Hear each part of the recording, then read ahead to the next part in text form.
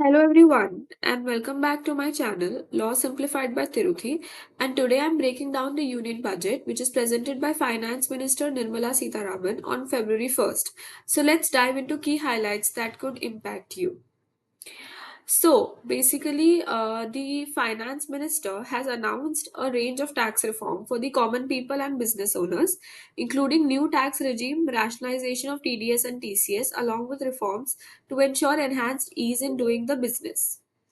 So the government has announced a nil tax slab which would be available up to 12 lakhs.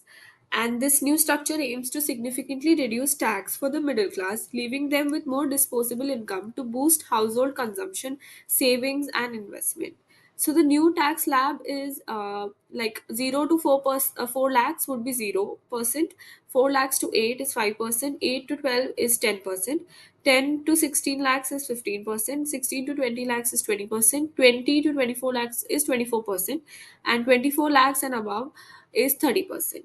So this is the new tax slab. Now, Sitaraman has also announced that the tax deduction limit on interest for senior citizen would be doubled from 50,000 to 1 lakhs, and the annual limit for TDS on rent is increased from 2.40 lakh to 6 lakhs, and the threshold to collect tax at source on remittance under RBI's liberalized remittance scheme to be raised from 7 lakhs to rupees 10 lakh. Then the compliance burden for small charitable trusts and institutions will be eased by extending the registration period from 5 years to 10 years. Then the taxpayers will be permitted to claim the annual value of two self occupied properties as nil with no conditions attached.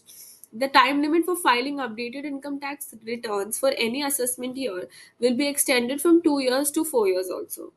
Now, for business, a scheme will be introduced to determine the arm's length price of international transaction over a 3-year block period. The scope of safe harbor rules will be expanded to minimize litigation and provide greater certainty in international taxation. And withdrawals made from National Savings Scheme by individuals on or after 29th August 2024 will be exempted from tax.